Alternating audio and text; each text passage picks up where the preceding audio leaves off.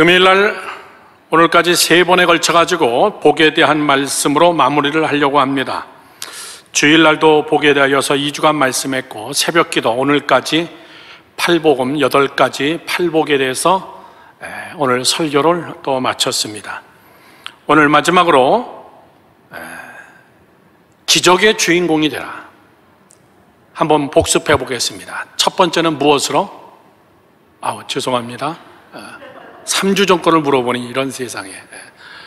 첫 번째는 순종으로 받는 복. 다 같이 시작. 순종으로 받는 복. 가나의 혼인잔치입니다. 그 혼인잔치의 기적이 여러분의 복이 되기를 축원합니다. 두 번째 받는 복은요, 무엇으로? 시작. 섬김으로 받는 복입니다. 그 섬김으로 받는 복은 오병이어의 아주 작은 것으로 예수 그리스도 그분께 드림으로 그 오병이어의 엄청난 축복이, 그 섬김을 통해서 받는 축복의 주인공이 또 여러분이 되기를 축원합니다. 오늘은 세 번째로요, 비전으로 받는 복입니다. 다 같이 해봅시다. 시작. 비전으로 받는 복. 자, 여기 보시죠. 스토리는 여러분 잘 압니다. 12회를 혈루증으로 앓았습니다. 하혈을 하면서 얼굴이 하얘지고 정말 모든 핏기가 다 빠져나가고, 이거는 레위기에서 말하기를 문둥병과 아울러 하나님의 저주의 병입니다. 이는 식구들과 같이 함께 살 수 없습니다. 격리시켜야 됩니다. 참 비참해지는 병이죠. 그것도 12년 동안이나. 자, 이 여자에게 가장 알맞는 단어가 뭐겠습니까? 이 여자에게 가장 알맞는 단어, 그 처지와 형편에 딱 알맞는 단어는 이런 겁니다. 바닥 인생입니다.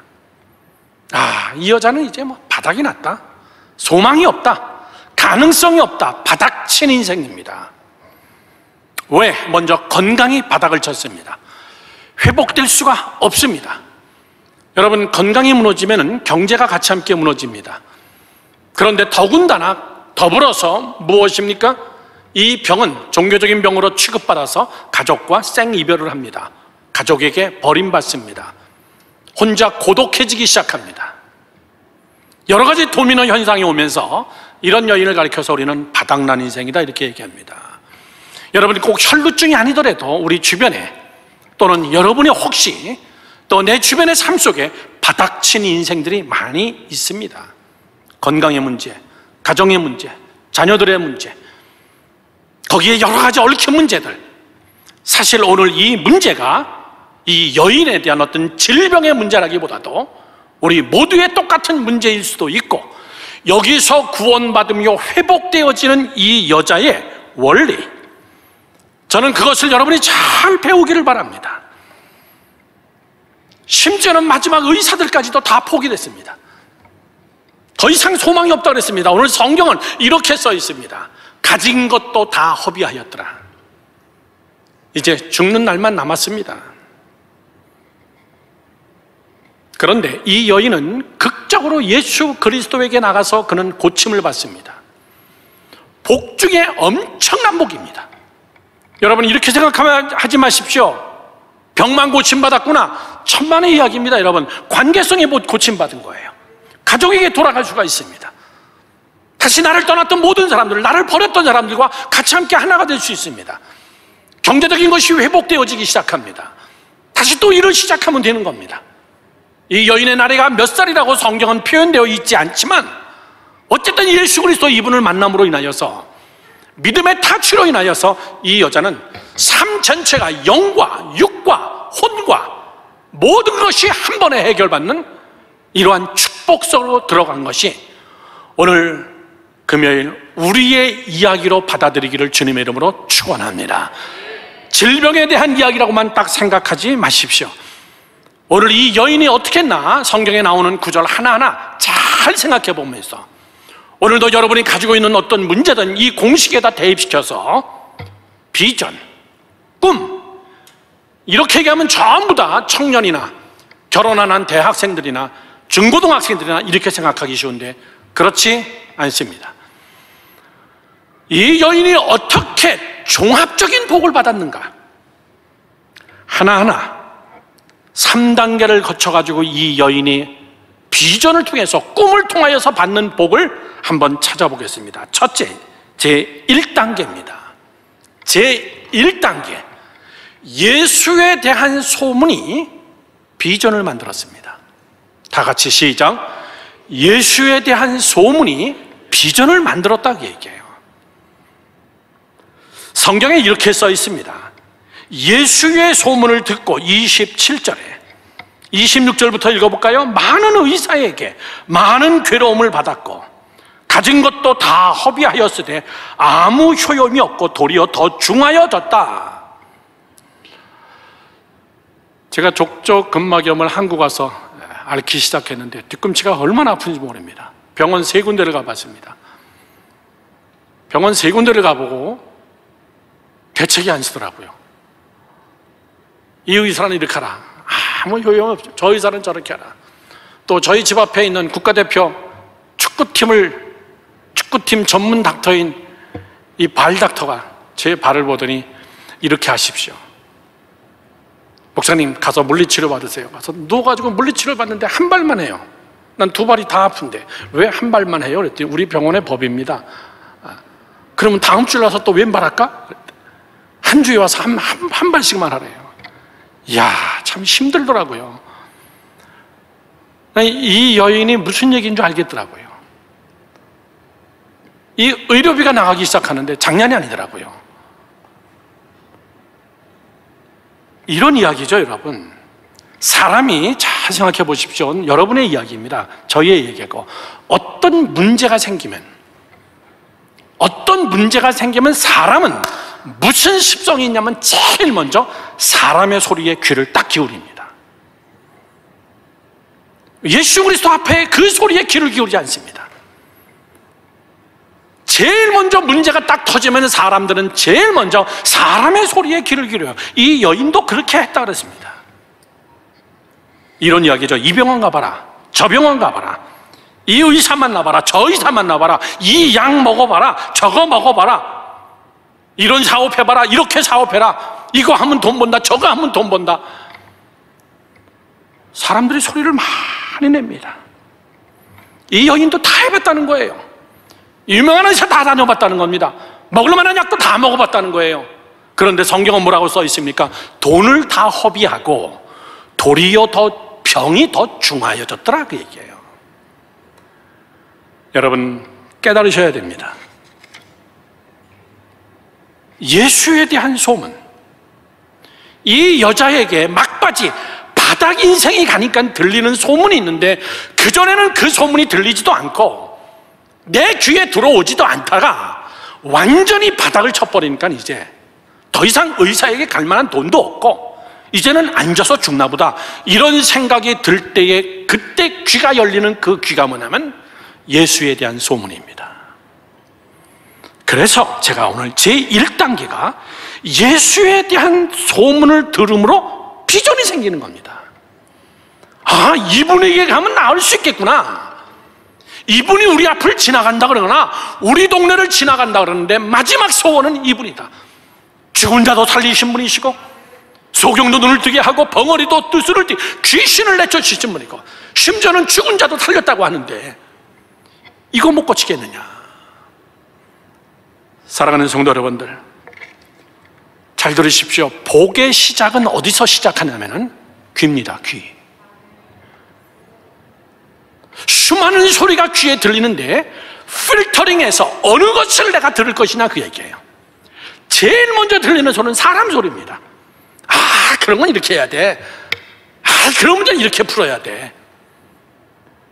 그런데 여러분, 그 귀가 얼마나 간사스러운지 모릅니다.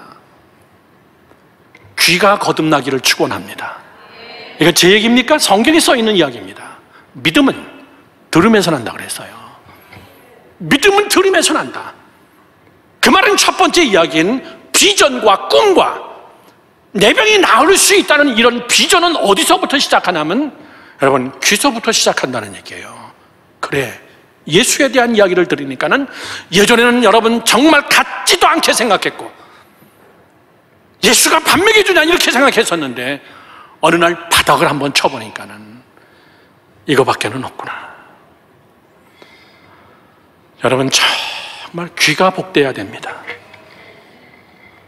귀가 거듭나야 돼요. 귀가 다시 태어나야 됩니다. 그래야만이 그 다음에 뭐가 생기냐면 비전이 생기고 꿈이 생기고 가능성이 생기고 이것이 치료받을 수 있다는 자신감이 생기고 내가 복을 향하여 가까이 가는 가장 중요한 것은 듣는 이야기입니다. 여러분 주변에 명심하십시오. 부정적인 이야기하는 사람이 있으면 가능한 한 멀리 하세요. 나를 죽이는 사람입니다. 내 앞에서 다른 사람의 여러분 비방을 해도 그 사람 멀리 하세요. 그 사람은 다른 데 가서 여러분 얘기합니다. 내 앞에서 다른 사람 이야기하는 사람은 칭찬이 아닌 비방하는 사람은 다른 데 가서는 여러분 내 얘기합니다. 그런 사람은 여러분 멀리 하세요. 내 귀가 데미지 받습니다. 내 믿음이 데미지 받습니다. 그런데 이 여인은 사람에 대한 이야기를 듣다가 그 다음에 정신 차린 겁니다. 예수 그리스도밖에 없구나. 그때부터 귀가 거듭나기 시작했어요. 이 귀가 잘못돼가지고 망한 사람의 예는 성경에 많습니다. 대표적인 한 사람 볼까요? 창세기 19장 14절 말씀입니다. 누구냐면 롯의 예비 사위입니다. 롯이 나가서 그의 딸과 결혼할, 아직 결혼 안 했어요. 예비 사위입니다. 사위들에게 말하여 이르기를 여호와께서 이성을 멸하실 터이니 너희는 일어나 이곳에서 떠나라 하되 그 사위들은 그 다음 시작 농담으로 여겼더라. 그 사람들 잿더미 됐어요. 그날 그 순간의 이야기 하나가 자기의 귀에 꼽히지 않고 뭐라고 했습니까? 애들 말로 표현합시다. 놀고 있네. 놀고 있네. 하나님이 이 성을 어떻게 망한단 말이야? 이 지역에서는 이마만한 성이었고 이마만큼 부유하고 살만한 땅이 이게 어떻게 하루 사이에 망한다는 거예요? 이게 얼마나 오랜 세월에 세워졌는데 아직 결혼 안 했지만은 아버님 뭐 망나셨습니까? 그때 롯은 다 포기해버립니다. 자기 딸 셋만 딱 데리고 자기 아내와 같이 함께 갑니다. 그의 아내도 귀가 복되지 못합니다. 뒤를 돌아다보지 말라 그러면 뒤를 돌아다보지 말아야 되는데 귀가 복되지 못해요. 꿈이 다 좌절됩니다. 그들은 다 잿더미가 돼버렸습니다. 사위들은 농담으로 여겼더라. 또 한 사람 들어볼까요? 뭐 시간이 없습니다. 창세기에 나오는 에서라는 사람입니다. 25장 창세기 29절 34절까지 이렇게 써 있습니다. 야곱이 죽을 수 없더니 에서가 돌아와서 심히 피곤하여 야곱에게 이르되 내가 피곤하니 그 붉은 것 팥죽이라 그러죠. 내가 먹게 하라 한지라. 그러므로 에서의 별명은 에돔이더라. 야곱이 이르되 형의 장자의 명물을 오늘 내게 팔라. 에서가 이르되 내가 죽게 되었는데 배고파 죽겠는데 이 장자의 명분이 뭐가 그렇게 무엇이 유익하리요? 야곱이 이르되 오늘 내게 맹세하라.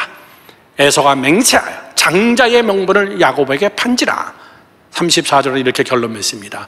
야곱이 떡과 팥죽을 에서에게 주매 에서가 먹으며 마시고 일어나 갔으니 그 다음 다 같이 시작. 에서가 장자의 명분을 가볍게 여겼더라 그 얘기입니다. 가볍게 여겼다 그 얘기예요. 대대로 내려오는 축복권을 가볍게 여긴 겁니다. 머리에 손 얹고 안수 한번 맞는다고 뭐 갑자기 뭐가 변하겠느냐? 그게 뭐가 중요하냐? 당장 지금 내 눈앞에 밥 한 그릇이 중요하지. 하나님의 말씀을 가볍게 여기는 겁니다. 우습게 생각하는 거예요. 결국 에서는요 영원한 저주의 민족이 돼버리는 거죠. 야곱은 하나님의 손에 붙들린 축복권을 가진, 축복권을 받은 정말 고수 중의 고수입니다. 하나님의 손에 붙잡힌 놀라운 자가 되기 시작합니다. 사랑하는 성도 여러분들, 여러분이 비전으로 복받기를 원합니까? 여러분 귀가 복되기를 주님의 이름으로 축원합니다. 귀가 복된 자, 들어보세요. 귀에 예수가 꼽혀야 돼요. 예수에 대해서 소문을 들으니 정신이 버석진지라 그 얘기예요. 예수가 귀에 딱 찢은 자, 예수밖에 없다. 주님, 나는 주님밖에 없습니다. 세상 즐거움 다 버리고, 세상 자랑 다 버렸네. 내가 잘났다고 했던 것들 다 버리고, 주 예수보다도 귀한 것은 없네. 그 다음 예수밖에는 없네. 마음에, 눈에, 귀에 예수가 딱 박히기 시작할 때, 그때 뭐가 생깁니까? 그때 이제 비전이 생기기 시작하는 거예요. 나을 수 있다, 가능할 수 있다, 이 문제는 나에게 더 이상 문제가 아닐 수 있다, 나는 분명히 고침받을 수 있다, 이 묶임에서 나는 해방받을 수 있다, 오직 예수밖에는 없다. 그게 여러분 딱 귀에 딱 찍어져야 돼요. 그게 꼽혀야 된다는 말이에요. 우리가 그런 얘기하죠. 필이 꼽혔다 이렇게 얘기합니다. 예수의 필이 딱 꼽히면요, 사람이 담대해지기 시작합니다. 꿈이 생기기 시작합니다. 그게 복의 출발점이에요. 저주의 출발점은 귀가 여러분 불행해지기 시작하는 데입니다. 두 번째입니다. 제2단계 이 여자는 어떻게 했나? 이 여자는 비전은 상상력을 키웠다 그 얘기입니다. 비전은 상상력을 키웠다. 시작. 비전은 상상력을 키웠다는 겁니다. 예수, 오직 예수, 이 정도로 끝나지 않았다는 겁니다. 그 예수에 대한 소문을 듣는 순간 이 여자가 상상의 날개를 피기 시작했어요. 뭐라 그럽니까? 이는 내가 그의 옷에만 손을 대워도 구원을 얻으리라 함이로라. 그분이 우리 동네 지나가 상상을 시작하는 겁니다. 내가 그분 앞에 가서 주님 안수해 주세요, 이것까지도 필요 없다, 그냥 조용히 뒤에 가서 옷이라도 만지자, 그러면 나는 나을 수 있을 거야. 상상력이 막 돌아가기 시작합니다. 그리고 나는 춤을 추면서 집에 오겠지.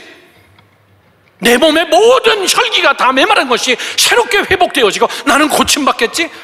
내가 그렇게도 평생에 꿈꿨던 그 꿈과 비전이 이루어지겠지. 나는 내 사랑하는 식구들을 만나겠구나, 내 동네로 돌아갈 수 있겠구나, 사람처럼 살 수 있겠구나, 내 가정도 회복되겠구나, 내가 내 자식들에게 따스한 밥도 해줄 수가 있겠구나, 경제력도 회복이 되겠구나, 모든 것이 다 복이 되겠구나, 막 이런저런 상상을 막 하기 시작하는 겁니다. 사람은 상상한 대로 가는 거예요. 상상한 대로 가는 겁니다. 그런데 중요한 이야기는 예수 그리스도가 내 안에 있음으로 인한 믿음의 상상이었어요. 믿으시면 아멘. 예수 그리스도가 없는 내 야망이나 나의 여러분 욕심에 의한 꿈이 아니라 예수 그리스도 그분이시면 가능하다. 그러므로 내 문제가 해결되는 꿈을 꾸는 거예요. 저는 어제 오늘 계속해서 선교사님들을 만나면서 장학희 목사님께 소개를 시키면서 가슴이 막 뜨거워지더라고요. 전 세계에 있는 선교사님들이 지금 코로나를 피해가지고 임시 한국으로 돌아오셨습니다. 그러니까 이분들이 저를 찾아오기 시작하는데 꽤 많은 사람들이 찾아오기 시작합니다. 그저 제가 갔던 나라, 또 몰랐던 사람들, 그저 제 이름을 듣고 찾아왔던 선교사님들, 이 정도로만 생각했는데 오늘 제 마음속에 확고한 그림이, 상상이 딱 짜여지는 거예요. 오늘 네 분의 선교사님을 참 신당동이 좋아요. 아멘 하시기 바랍니다. 뭔지 모르죠? 떡볶이만 사주면 돼. 돈도 안 들어. 뭐 드시고 싶으세요? 그러면 떡볶이. 오늘은 자기들이 다 떡볶이 가게를 서치해가지고 아예 식당까지 예약을 해두셨어요. 목사님 I love you, 거기로 오세요. 오케이. 가서 먹어봤더니 마봉님보다 싸더라고요. 또 그렇게 실컷 먹어도 얼마나 신당동이 대접하기가 좋은지. 그렇게 하고 다시 우리 교회 카페로 와서 카페에서 차를 마시고 팥빙수를 드시는데, 우리 교회 팥빙수 세수대야대 나오는 거 아시죠? 안 먹어보신 분들은 꼭 드셔보세요. 세수대야 수준입니다. 어마어마하게 싸고 어마어마하게 맛있으니까 선교사님들이 뭐 어마어마하게 좋아하는 거예요. 그러면서 길게 같이 함께 얘기를 나눴어요. 정학일 목사님이 올라오시기에 인사를 소개시키고, 저는 무슨 생각과 무슨 꿈이 제 마음을 상상하게 했냐면은 코로나가 꼭 나쁜 것은 아니로구나, 코로나가 불편한 것은 아니로구나, 비행기 안 타도 선교사가 다 오는구나, 비행기 값도 안 들고 한 사람 두 사람도 아니로 8월 18일 날 네팔 선교사님들 전체가 우리 교회에서 모이기로 했습니다.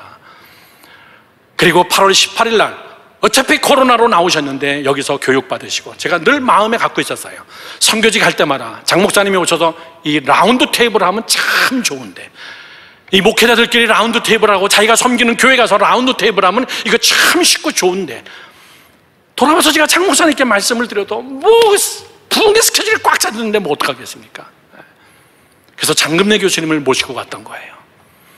장금래 교수님을 모시고 와서 낮 저녁 제가 집회하고 새벽 집회하고, 낮에 우리 장금래 교수님이 상담 심리 세미나를 하고, 그리고 낮에 밥 먹는 시간 사이사이에 장금래 교수님이 상담을 하기 시작했습니다. 선교사님들, 사모님들, 우울증에 걸려있는 사람들 많습니다. 오늘 장금래 교수님이 오셔가지고 투병하시면서 모자를 뒤집어 쓰고 머리 다 빠지셨죠. 얼굴이 하얘가지고 오셨어요. 마침 네팔 선교사님들이 계시니까는 선교사님들이 그분 강의 들었거든요. 다 알거든요. 너무나 반가워서 인사를 하니까 8월 18일 날 네팔 선교사님들 모입니다. 그랬더니 장금래 교수님이, 목사님 최고로 식사를 대접해 주세요. 제가 네팔에서 받은 사랑을 제가 다 대접하고 싶어요. 어저께는 탄자니아 선교사님들이 모였습니다. 선교사님들의 공통적인 이야기가 뭐냐면 교회를 안 빌려준다는 거예요. 코로나기 때문에. 더군다나 선교사님들이 여러 사람이 모이는 걸 원치 않는다는 거예요. 목사님, 이 예수마을교회를 좀 써도 되겠어요? 오세요. 오세요. 여기서 모여서 카페에서 우리 매상 올라가고 좋잖아. 카페에서 회의하시고, 또 필요하시면 여기서 같이 함께 기도도 하시고 그렇게 하세요. 8월 18일 날은 다 같이 오세요. 네팔을 중심으로 먼저, 그 다음에 인도네시아, 인도, 그 다음에 아프리카 여러 나라들. 저는 오늘 정말 하나님 앞에, 중구가 괜히 중구가 아니구나, 선교의 중심이 되겠구나. 아멘이십니까? 선교사님들이 그대로 오겠구나. 그런데 선교사님만 옵니까? 자녀들이 같이 오거든요. 요즘 우리 영어 예배가 그래서 부흥하기 시작합니다. 선교사 자녀들이 오기 시작하고, 선교사들이 저절로 모이기 시작하고, 날짜를 다 달리해가지고 각 나라 선교사님들의 모임을 시작하고, 라운드 테이블을 강의하고, 코로나가 끝나고 다 돌아가면 라운드 테이블이 전 세계로 한꺼번에 확산되어지고, 장 목사님이 그때 여러분 각 나라 가서 다시 한번 강의를 하시면 돼요. 야, 코로나가 또 이런 이런 또 효과가 있구나, 이런 이득이 있구나. 사랑하는 성도 여러분들, 상상력입니다. 이놈의 코로나 언제 지나가나, 꼭 그렇게만 생각할 게 아니로구나. 우리가 당한 여러 가지 어려운 가운데서도 하나님은 일을 하시는구나. 그러므로 이 여인처럼 여러분 질문을 해야 돼요. 내 스스로 나를 향하여서도 이는 내가 그의 옷에 손만 대어도 나을 수 있다라는 상상력을 키우는 겁니다. 이거 선교사님들 오시면 맨날 떡볶이값 나가고, 저 이번 주 떡볶이만 3번 먹었어요.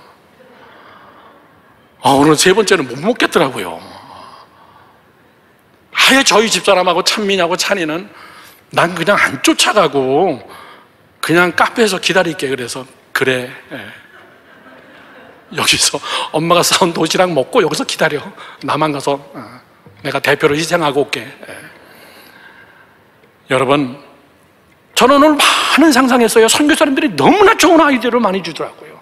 그리고 이 본당 이 위에 올라왔어요. 같이 함께 기도하고, 정말 자기들이 이렇게 멋있고 이렇게 사운드가 좋고 이런 교회 자기는 처음 본대요. 그래서 선교사님들하고 그런 회의를 했습니다. 제가 아시아를 순방할 건데, 아시아 집회를 갈 건데, 그때는 예수마을교회 찬양팀을 데려갈 겁니다. 제가 그 생각을 다 계획을 짜놓고 우리 청년들에게는 다 이야기했어요. 우리 찬양단 여러분 프로입니다. 여러분이 프로군요. 선교사님들에게 우리가 가면 세 팀을 나눠서 갈 겁니다. 첫째 BBS 성경학교, 어린이 성경학교 하는 팀 별도, 그 다음에 노가다 팀 별도, 세 번째 찬양팀. 제가 요거는 꼭 하고 싶었어요. 그래서 현지 교회를 순회하면서 한인교회들 집회를 하면서 정말 경배 찬양이 무엇이고 반주가 무엇인지를 우리가 출발 전에 잘 연습하고, 그렇게 하고 잘 훈련시켜서 정말 이 팀들은 열심히 집회만 하고, 그렇게 하고 낮에는 레슨 해주고. 여러분 얼굴이 지금 겁난 표정입니다. 그랬더니 선교사님들이 너무나 좋다는 거예요. 네팔에 있는 찬양팀들 잘하긴 잘하는데 한계가 있다는 거예요. 저는 오늘 여러 가지 생각하면서 상상의 날개를 피면서 저는 하나님께서 이것을 분명히 이루어 줄 거라고 저는 믿습니다. 여러분이 여러분 스스로와 무슨 대화를 하고 있냐 그 얘기죠. 여러분 스스로 믿음의 대화 속에서 어떤 상상의 날개를 피고 있느냐. 자신을 업신여기는 대화를 하는 사람이 있습니다. 질투의 대화를 하는 사람이 있어요. 상대를 향한 저주와 비방의 대화를 하는 자들이 있습니다. 자기 스스로 대화를 하는데 너 때문이다, 내가 이렇게 되었어, 스스로 그렇게 대화하는 자가 있고, 자기 부모를 원망하는 그런 대화를 하는 자가 있고, 내가 어쩌자고 결혼 잘못해가지고 이 팔짱가, 그렇게 대화하는 자들이 있습니까? 거기서 나오는 상상력이 뭐겠습니까? 망하는 상상력밖에 더 나오겠냐? 그 얘기예요. 이 여인처럼 이런 상상을 하세요. 주님이 치료하여 주실 것이다, 내 삶은 회복될 것이다. 여러분이 무슨 생각을 하나를 다시 생각하셔야 돼요. 생각하는 거를 다시 한번 생각하시라고 얘기해요. 남을 비방하고 남을 향한 불평을 털어놓기 전에 이 생각이, 이거 크리스찬으로서 괜찮은 생각인가, 이 생각을 다시 한번 해보는 거예요. 예수 그리스도로 믿음으로 다시 한번 생각하면서. 히브리서 11장 1절에서 2절 말씀은 이렇게 얘기합니다. 우리 다 외우는 구절 아닙니까? 믿음은 바라는 것들의 실상이요, 보이지 않는 것들의 증거니 선진들이 이로써 증거를 얻었느니라. 증거가 뭐예요? 간증이죠.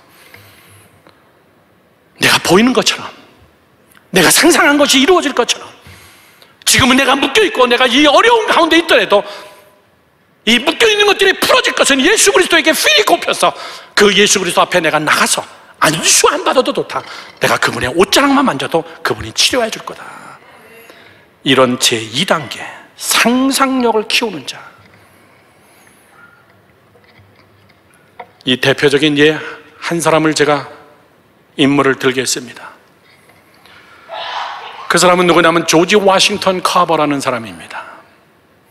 조지 워싱턴 카버에 대해서는 많은 사람이 알고 있습니다. 한국에도 책으로 다 번역되어서 나왔고, 혹시 부모들은요, 저게 어린이들을 위해서 만화책으로도 나왔고 청소년들을 위한 책으로도 번역되어 가지고, 조지 워싱턴 카버는 미국에서 아주 유명한 사람입니다.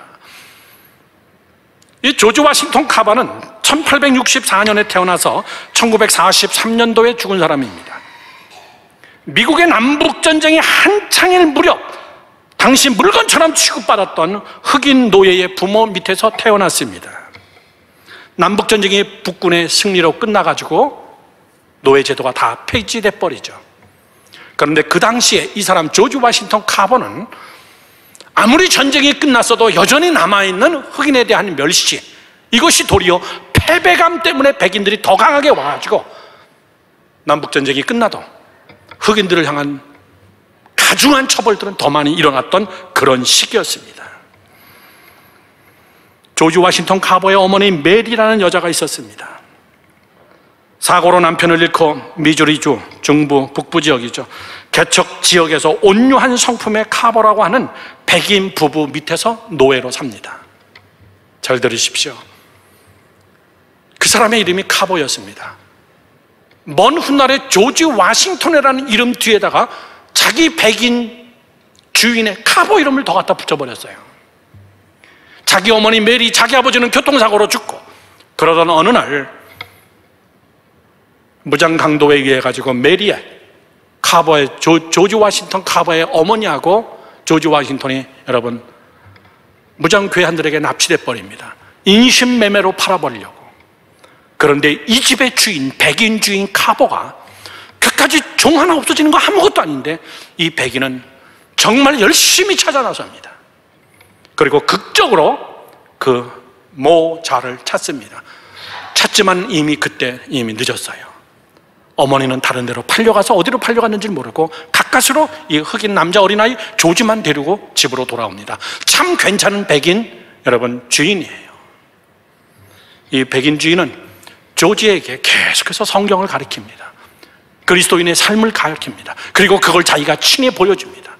그리고 마치 아들처럼 그들을 극진히 섬기면서 그리고 그를 공부를 시키기 시작합니다.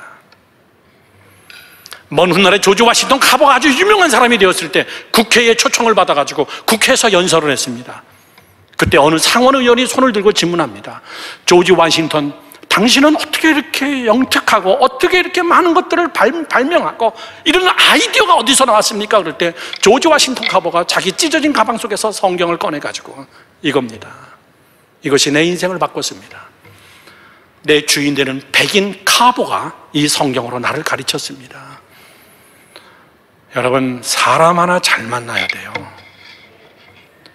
사람 하나 잘 만나면요, 우리 교회 왔던 조혜련 집사님, 그 남편 요셉 집사 한 사람 잘 만나니까요, 조혜련 집사를 완전히 변화시키니까는 자기는 한 사람 변화시켰어도 조혜련 집사님이 여러분 지금 수도 없이 많은 부흥회를 다닙니다. 카보라는 이 백인의 주인이 조지 워싱턴이라는 이 어린애 하나를 잘 키움으로 인해 가지고 조지 워싱턴 카보의 이 영향력은 미국과 전 세계를 여러분 지금 나가고 있어요. 아이오와 주립대학을 공부합니다. 조지 워싱턴 카보가. 그리고 그는 식물학개혁전 루이스 파멜 교수의 조수로 일하면서 카보는 원예 작물 접목법을 배웁니다.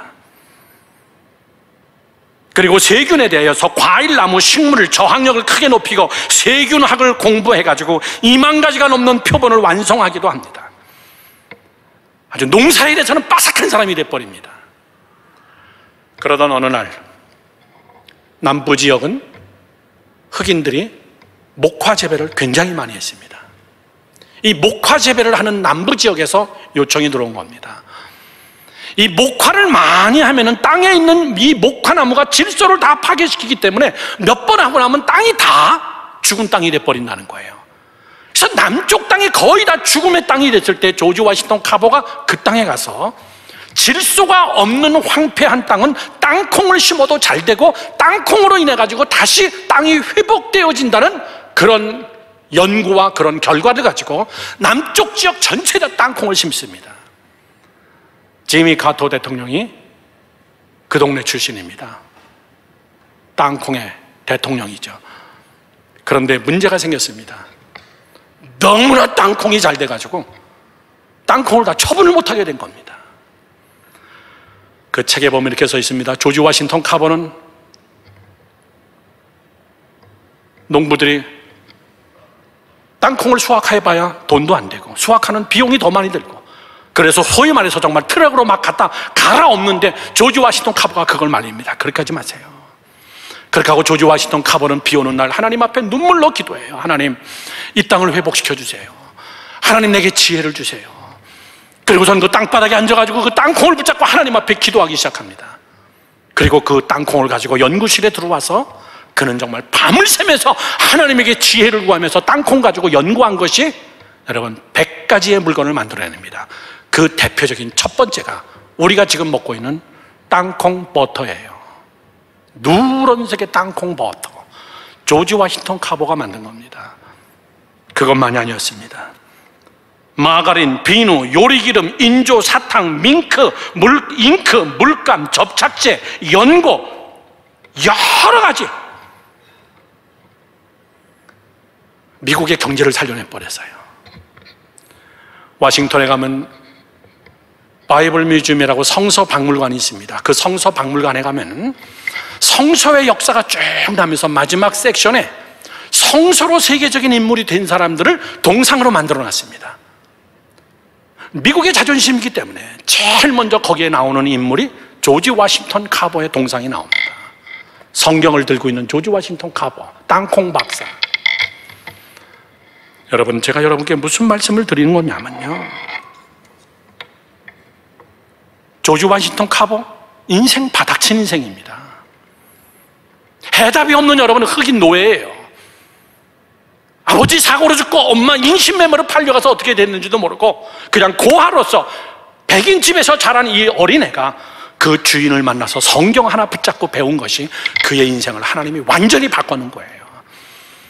그리고 이런 흑인들을 위하여서, 가난한 자들을 위하여서 그가 생각했던 꿈들을 이루어내는, 제가 다 말씀드리지 못하지만 조지 워싱턴 카버의 생애라는 책이 여러 가지로 나왔습니다. 어린이 만화책으로도 나왔어요. 여러분, 이런 성경 구절이 이런 겁니다. 에베소서 3장 20절 말씀이 이렇게 써 있습니다. 우리 가운데서 역사하시는 능력대로, 아멘이십니까? 우리 가운데서 역사하시는 능력대로 우리가 구하는 것이나 생각하는 모든 것에 어떻게 해요? 더 넘치도록, 우리가 상상했던 것들, 우리가 꿈꿨던 것들, 내가 계획했던 것들, 그거보다 더 넘치도록 능히 하실 그분. 아멘이십니까? 아멘이십니까? 조지 워싱턴 카버의 고백이에요. 나는 땅콩 하나 가지고 하나님 앞에 무릎 꿇었는데, 이 여인은요, 육신의 질병 하나 가지고 하나님 앞에 꿈을 꾸면서 생각을 하면서, 그런데 하나님은 놀라운 것을 줬습니다. 요셉은요, 애굽의 노예로 팔려가면서도 그는 하나님을 향한 집착력이 있었습니다. 요셉이 어느 정도로 영적 집착력이 있었습니까? 꿈을 해몽할 정도로 여러분 능숙한 영적 실력입니다. 바로 저런 구절이죠. 우리가 구하는 것이나 생각하는 것 모든 것에 넘치도록 능하게 하시리. 저는 오늘 선교사님들하고 대화하면서도 하나님, 이 비전들, 이 생각들, 우리가 지금 회의했던 것들, 이런 프로젝트들 하나님 다 되게 해주세요. 선교사님들하고 의논을 나누면서 지금 급식 가지고 있는 거 제일 큰 문제가 마스크입니다. 그래서 우리 권민정 목사 장로님하고 마스크를 어떻게 구할 건가 의논하면서 마스크를 수단과 방법을 가리지 않고 보내야 되겠구나. 참 심각한 얘기입니다. 그저께 탄자니아 전 대통령이 코로나로 죽었습니다.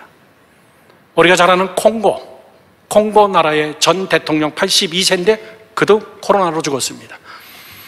탄자니아에 있는 선교사님이 오셔가지고 저하고 같이 함께 얘기하는데, 자가격리 끝나고 탄자니아는 좀 어때요? 그랬더니, 목사님, 탄자니아에서는요 코로나라는 이야기만 하면 경찰이 잡아간대요.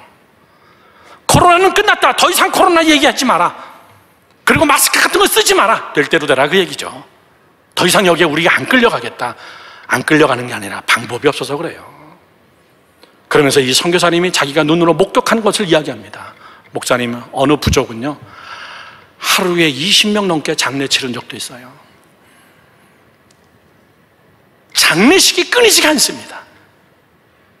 카운트가 안 돼요. 몇 명이 죽었는지 카운트가 안 되고. 그러면 20명이 죽으면 다 노인들이에요? 그랬더니 아니에요, 목사님. 어린애부터 젊은 청소년부터 노인까지 어느 마을에서는 굉장히 많이 죽어나가요. 그런데 코로나로 죽었다 이런 얘기하면 경찰이 또 오기 때문에 말라리아로 죽었다, 그 흔한 병, 아프리카에. 그런데 목사님, 마스크도 없어요. 그래요. 탄자니아 선교사님들 다시 모였을 때 그때 의논합시다. 여러분들 꿈을 꾸세요. 믿음의 상상력. 주님이 내 귀에 박히면 그 믿음으로 꾸는 꿈 믿으시면 아멘.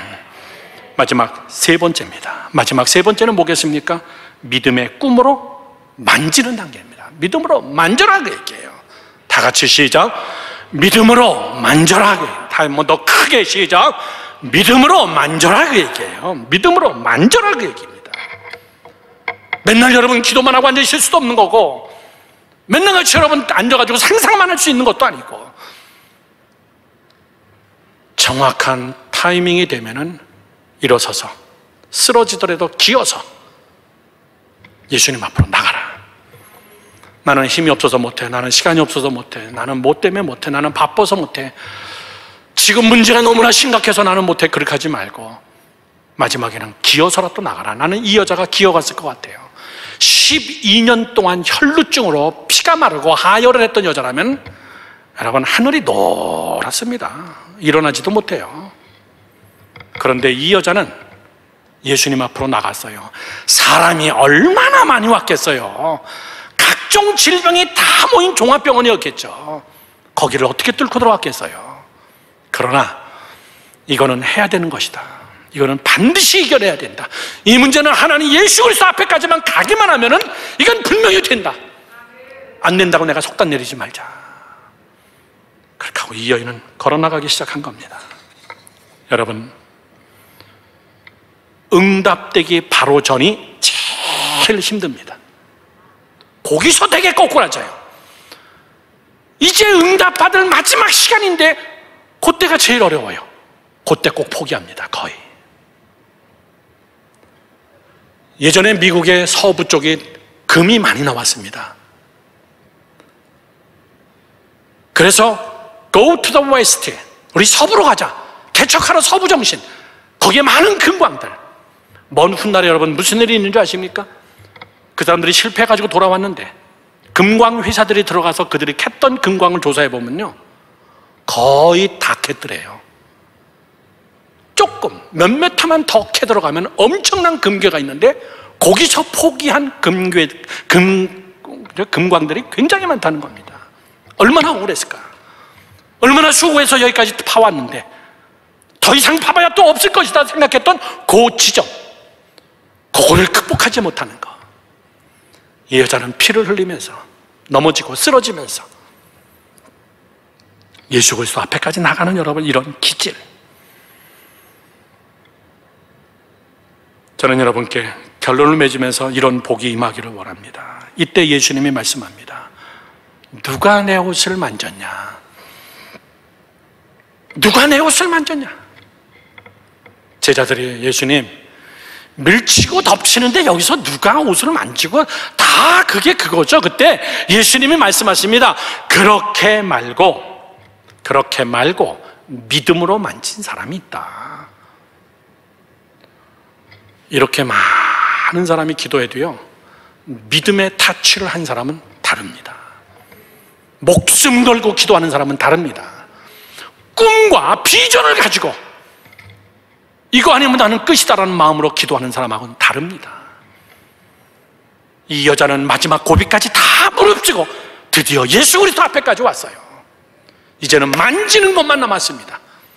예수님 앞에서 포기하고 싶은 것도 왜 없겠습니까? 저는 전방에서 근무했습니다. 보병 제5사단 36년대 1대대 GOP 부대에서 근무했습니다. 거기 가보면요, 군인들을 긴장하기 위해서 몇 년 몇 월 며칠 무장공비가 침투했던 것, 몇 년 몇 월 며칠 몇 시에 그 다음에 침투자들하고 격투가 붙었던 것, 이런 것들이 다 써 있습니다. 긴장하라 그 얘기죠. 그런데 여러분, 묘한 게 뭔지 아십니까? 적들이 침투해가지고 철조망을 뚫고 들어온 그 시간들이 대개 다 새벽 4시부터 5시 사이입니다. 제일 어두울 시간입니다. 곧 새벽이 될 시간입니다. 그 시간은 사람도 정신 못 차리는 시간입니다. 밤샜다가 멍해지는 시간이에요. 하필이면 그 시간에 새벽 기도를 해요. 우리는 새벽 기도가 힘들어요. 새벽이 오기 바로 전이 제일 힘듭니다. 여러분의 기도가 응답받기 바로 전에 제일 힘들어도 믿음의 타치를 위하여서 예수 그리스도 앞에 나가는 여러분 되기를 주님의 이름으로 축원합니다. 그랬더니 예수님이 뭐라 그럽니까? 마지막 결론에, 딸아, 내 믿음이 너를 구원하였으니 평안히 가라. 내 병에서 놓여 건강할지어다. 할렐루야. 앞에 핵심의 해답이 뭐예요? 내 믿음입니다. 내가 안수한 것도 아니다. 내가 너에게 내 병이 뭐냐고 내가 물어보고 기도해 준 것도 아니다. 내 믿음이 너를 구원한 거다 얘기해요. 저를 보세요. 해답이 뭡니까? 내게 해답이 있구나. 내게 해답이 있구나. 능력만 그분에게 있고 모든 해답은 내게 있는 거라구나. 오늘 여러분, 복이 뭔데요? 복이 뭡니까? 이 과정을 거쳐야 됩니다. 이 스텝을 여러분 밟고서는 올라가야 됩니다. 오늘 여러분의 가정 속에 있는 여러분 기도의 제목이 있습니까? 여러분이 원하는 복이라는 개념이 있습니까? 여러분이 해결해야 될 문제들이 있습니까? 저것만 해결되면 참 좋겠는데 하는 것들이 있습니까? 이 스텝을 여러분 무시할 수가 없습니다. 오늘 반드시 이 공식을 깨닫고 하나님 앞에 여러분의 문제를 가지고 나와 여러분 복의 복을 누리는 여러분 되기를 주님의 이름으로 축원합니다. 축원합니다. 다 같이 함께 기도하겠습니다.